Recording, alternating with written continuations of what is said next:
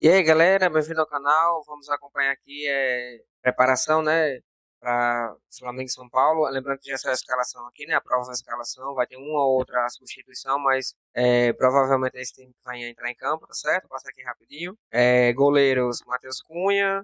Zagueiros, Fabrício Bruno e Davi Luiz. Aí, laterais, Felipe Luiz e Wesley. Meio campo, volante, Gerson e Thiago Maia. Aí, meio campo, Rascaeta, Everton Ribeiro e o Bruno Henrique. Lembrando que o Bruno Henrique vai cair um pouco mais para a esquerda. E no ataque, né, o Gabigol. Se é novo por aqui, por favor, não esqueça de deixar o like, se inscrever no canal, vai ajudar bastante. Crédito SPN, o link vai estar na descrição. Vamos pro vídeo. Que eu era louco de estar assumindo a equipe tão grande, vivenciando aquele momento totalmente complicado. E, de repente, ao final da competição, quando atingimos os objetivos, é porque nós tínhamos o melhor elenco sul-americano. Apesar dos 67% de aproveitamento, Dorival foi demitido, virou a página e assumiu o São Paulo. É um retorno que eu estou tendo. O que mais quer ver amanhã? O do Flamengo, do time com a sua torcida, ou do técnico do São Paulo, Dorival Júnior, com a torcida do Flamengo? Rapaz, é o reencontro de Dorival com a torcida. Porque normalmente esse reencontro com a torcida e jogador não é muito legal, né? Depois de um desastre como esse, de um vexame como esse, né? Como que aconteceu lá no Paraguai. Eu acho que até o cenário é perfeito, né, para a volta do Dorival, né? O momento. O cenário, sai de uma desclassificação, foi mandado embora da forma como foi, chega no Maracanã. Perfeito para quem? Dorival. Tá. Pro Dorival, não pro você me perguntou. Sim, claro. O reencontro o do Dorival. Perfeito, desculpa, Zé, antes do jogo. Antes do jogo. Aí eu falo, depende do que acontecer durante o jogo. Porque assim... Porque se perde... Sabe o que eu já ouvi, Eugênio? Sai por baixo. De torcedores do São Paulo, que o Dorival também não fique muito tocado com isso, sabe? A coisa não pode ser tão amistosa assim.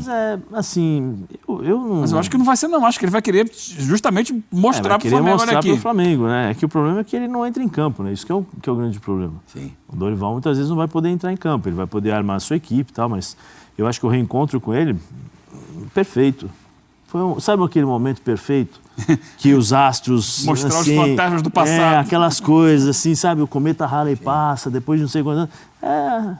É o dia do Dorival amanhã. A gente pode ter um pouco mais à frente um reencontro, aí sim, muito mais pesado, que seria o da final da Copa do Brasil. Aí é uma outra coisa. Mas, por exemplo, você vê, Dorival, da forma como foi mandado embora, aí assume o Vitor Pereira, um desastre. Aí chega o Sampaoli, outro também desastre. Não consegue... Outro desastre. Desastre, um vexame que aconteceu, né?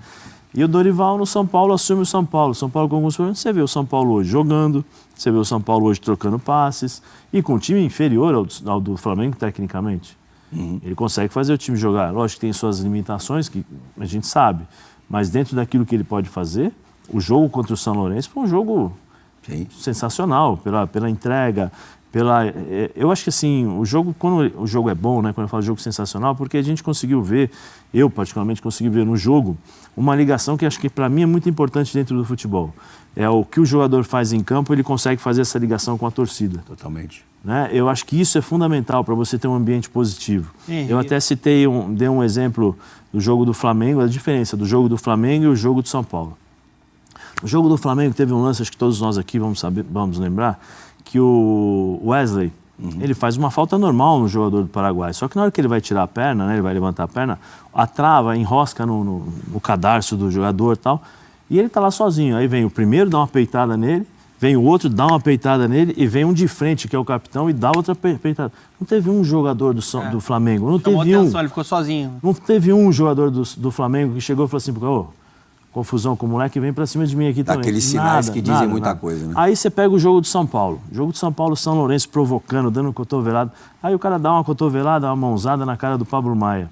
Primeiro lance, logo em seguida, o que o Caleri faz? Vai no meio, vai no corpo, mete o braço e tal. Não, aqui não. Entendeu? Eu acho que o São Paulo conseguiu passar. Não estou dizendo aqui incentivando a pancada, não é isso, é a porrada, não é isso. Estou falando o espírito que tem, né, que teve nesse jogo do time, que conseguiu fazer com que esse campo estivesse na arquibancada e a arquibancada estivesse no campo. Eu acho que isso é fundamental nos jogos importantes, jogos decisivos. E isso passa muito também pelo futebol que se joga, né? Porque se você não joga um bom futebol, por mais que a torcida grite, te incentive, você não consegue fazer essa ligação.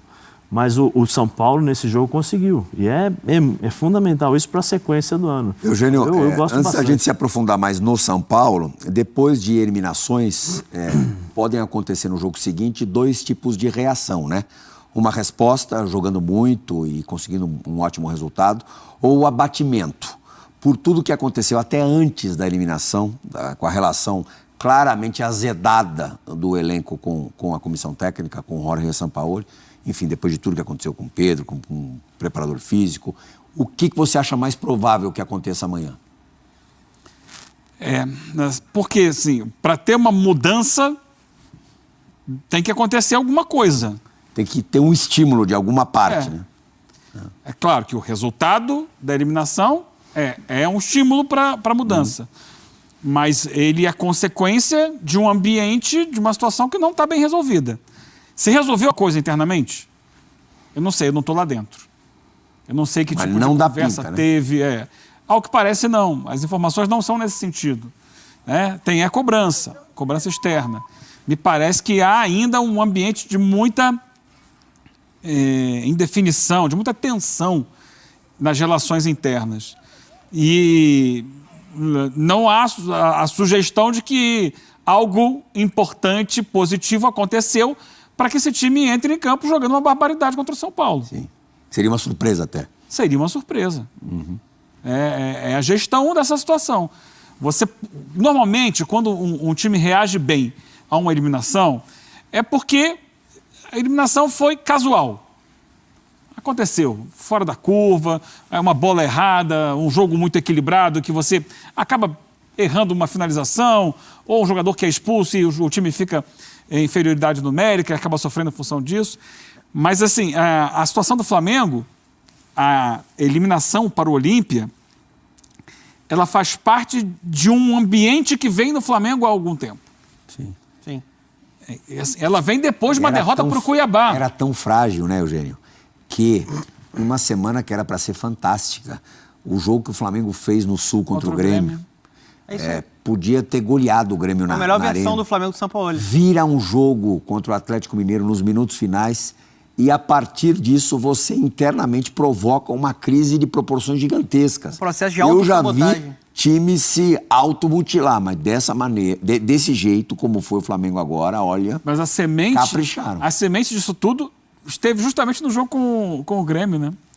Que é a cobrança do Sampaoli ao Pedro pelo gol que ele não faz contra o Grêmio. Era para ter matado o confronto, né? Era para ter matado. Teria feito 3-0 e tal. Acho até que o Flamengo, naquele momento, tinha tudo para acelerar o jogo e fazer o terceiro ou talvez até o quarto, porque o Grêmio estava batido. Sim. Estava com inferioridade numérica também, e o Flamengo cadenciou demais o jogo e tal, ficou aquela coisa assim, o Pedro entra, perde o gol.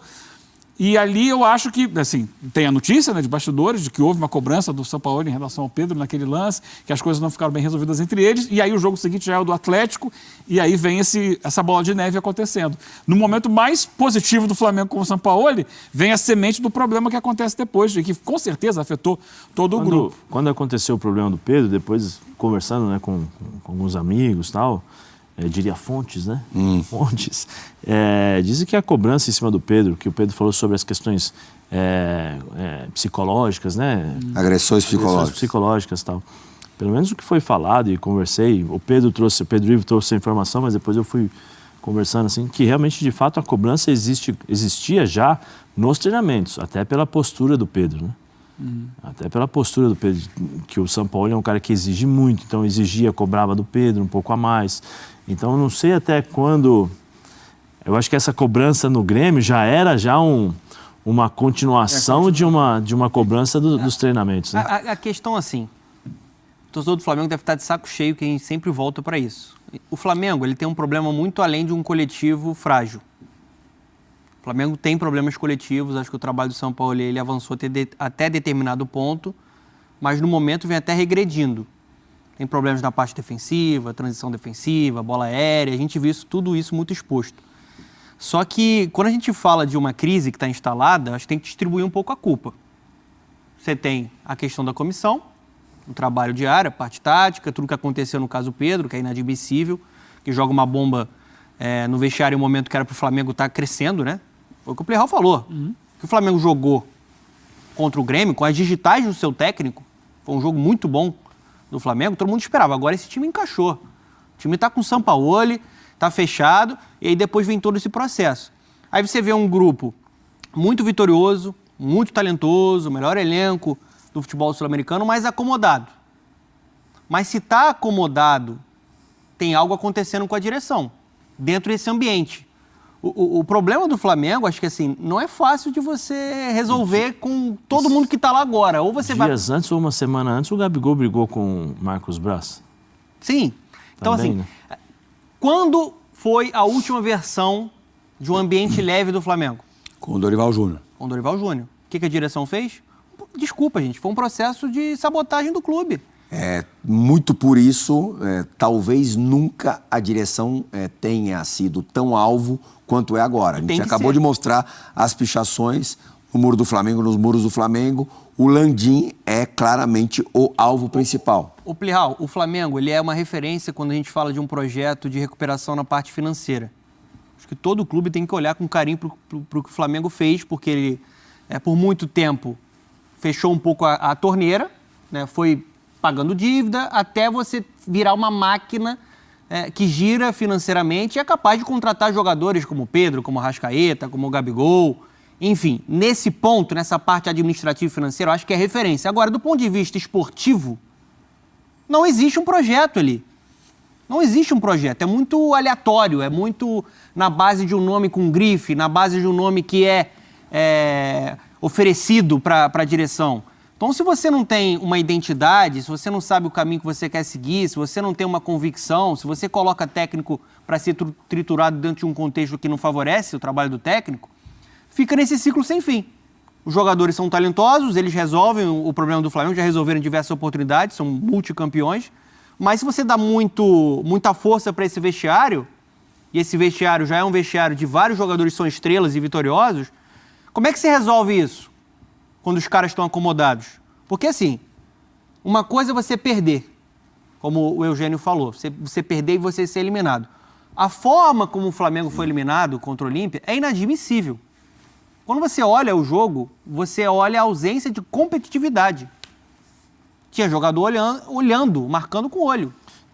Na própria narração, o próprio Paulo, né, o Paulo Andrade, a bola sai e fala assim, não tem ninguém marcando. Um jogo de oitava de final de Libertadores. Precisa de mais para motivação? Você como atleta? Não, no primeiro jogo o Olímpia já havia mostrado o que ele iria fazer. A bola na trave, de escanteio. Jogada forte. Mas curioso, né, Zé, que uma das críticas principais que esse time sofre e vem sofrendo é o de supostamente escolher o jogo. Eu não acho... Não chega a ser uma novidade, uma certa indolência desse time em algumas partidas. Claro que essa era uma partida pesada, um jogo que valia a vaga para você ficar entre os 8 melhores da América do Sul. De ali continuar com o seu sonho do bicampeonato coladinho, o tetracampeonato. Mas tinha uma vantagem também, né, Zé? Sim. Já construída no Maracanã e saíram vencendo... 2-0, o Flamengo tinha 2-0. Aí acomodou. Sim, para mim eu acho que não é escolher o jogo, Plihal. Eu acho que, no caso, eu acho que assim, o Flamengo está tão no automático. O jogador de futebol, ele se acostuma com aquilo que ele escuta.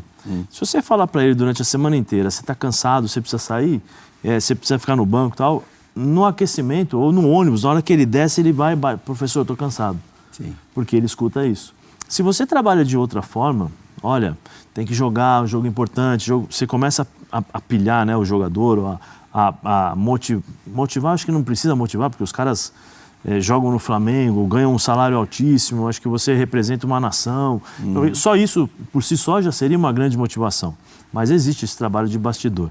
O que eu acho que no Flamengo é que o Flamengo se acostumou a escutar tantas vezes: ah, esse time é muito bom tecnicamente, eles resolvem a hora que eles querem. Esse time é muito bom, tem esse, tem aquele jogador e tal. Só que eles se esquecem que muitas vezes você não consegue fazer isso. Não é assim virar a chave. Não é apertar o botãozinho e beleza. E aí, galera, o que é que vocês acharam da análise, né, do pessoal da ESPN? Só para concluir aqui rapidinho, né, de acordo com o Coluna do Fla, os jogadores do Flamengo se revoltaram, né, com o técnico Jorge Sampaoli por não utilizar o Pedro contra o Olímpia, né, o Flamengo perdendo o jogo, precisando do resultado e Pedro no banco. Mesmo o Jorge tendo sido expulso, ele estava comandando lá de fora, né, a parte do jogo. E não colocou o Pedro para jogar. Aí alguns jogadores do Flamengo se revoltaram com a atitude. Já não bastava o Rodrigo Caio, né? Que ele nunca utilizou o Rodrigo Caio e agora com essa implicância de juntar o Pedro. Coloque no comentário, já certo a opinião de vocês. Créditos da SPN, link aqui na descrição. Valeu.